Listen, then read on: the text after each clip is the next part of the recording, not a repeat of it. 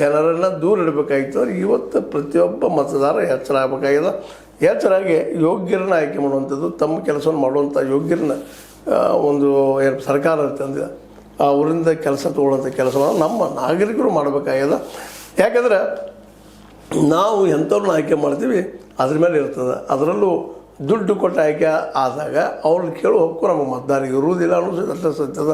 ಏನೋ ಆಗಲಿ ಇವತ್ತು ವಿನಯ್ ಕುಲಕರ್ಣಿಗೆ ಅವ್ರಿಗೆ ಅಟ್ಲೀಸ್ಟ್ ಶಿಕ್ಷೆ ಆಗ್ತದೆ ಅನ್ನೋದು ಸಮಾಧಾನದ. ಯಾಕಂದ್ರೆ ಅಪರಾಧ ಇವತ್ತು ಪ್ರೂವ್ ಆಗಿದೆ. ಈಗ ಎಲ್ಲರದ್ದು ಭಾಳ ಜನರದ್ದು ಆಗೋದಿಲ್ಲ, ತಪ್ಪಿಸಿ ಹೋಗಿಬಿಡ್ತಿರ್ತಾರೆ. ಯಾಕಂದ್ರೆ ಸಾಕ್ಷಿ ಹೇಳೋರು ಇಲ್ಲದಕ್ಕಾಗಿ, ಸಾಕ್ಷ್ಯ ಸಿಗಲಾರ್ದಕ್ಕಾಗಿ ಅನೇಕ ಕೇಸುಗಳು ಬಿದ್ದು ಹೋಗ್ತಾವೆ ಅನ್ನೋದು ಎಲ್ಲರಿಗೂ ಗೊತ್ತಿರುವಂಥ ವಿಷಯ ಐತಿ. ಏನೋ ಆಗಲಿ ಇವ್ರ ಶಿಕ್ಷೆ ಇವತ್ತು ಏನು ಪ್ರಕಟ ಮಾಡ್ತಾರೆ ಅದನ್ನು ಮುಂದಿದ್ದು ಇಂಥವು ಘಟನೆ ಆಗದಂಗೆ ತಡಿಬೇಕಾಗಿತ್ತಂದ್ರೆ ಇಲ್ಲೇ ಯೋಗ್ಯರು ಬರಬೇಕು. ಆ ಯೋಗ್ಯರನ್ನು ಆರಿಸೋರು ಯಾರು? ನಾವು ಜನ. ಈ ಒಂದು ಜನತಾ ನ್ಯಾಯಾಲಯದಲ್ಲಿ ಯಾರು ಬಿದ್ದು ಹೋಗ್ತಾರೆ, ಯಾರು ಆಯ್ಕೆ ಆಗ್ತಾರೆ, ಅದ್ರ மாதிரி ಈ ದೇಶದ ಭವಿಷ್ಯದ ಆ ದಿಶೆಯಲ್ಲಿ ಮತದಾರ ಎಚ್ಚರಗೊಳ್ಳಿ. ವಿನಯ್ ಕುಲಕರ್ಣಿ ಅಂಥವ್ರನ್ನ ಆಯ್ಕೆ ಮಾಡದೇ ಇರಲಿ, ಒಳ್ಳೆಯವ್ರನ್ನ ಆಯ್ಕೆ ಮಾಡಲಿ, ಬಡವರಲ್ಲಿ ಏನೂ ಇರಲಿ, ಕೆಲಸ ಮಾಡೋರನ್ನ ಆಯ್ಕೆ ಮಾಡಲಿ ಅಂತೇಳಿ ಮೋಸ್ಟ್ಲಿ ಇದು ನಮ್ಮ ಕನಸು ಅಷ್ಟ. ವಾಸ್ತವಕ್ಕೆ ಬರ್ತದೆ ಹೇಳೋಕ್ಕೆ ಆಗೋದಿಲ್ಲ.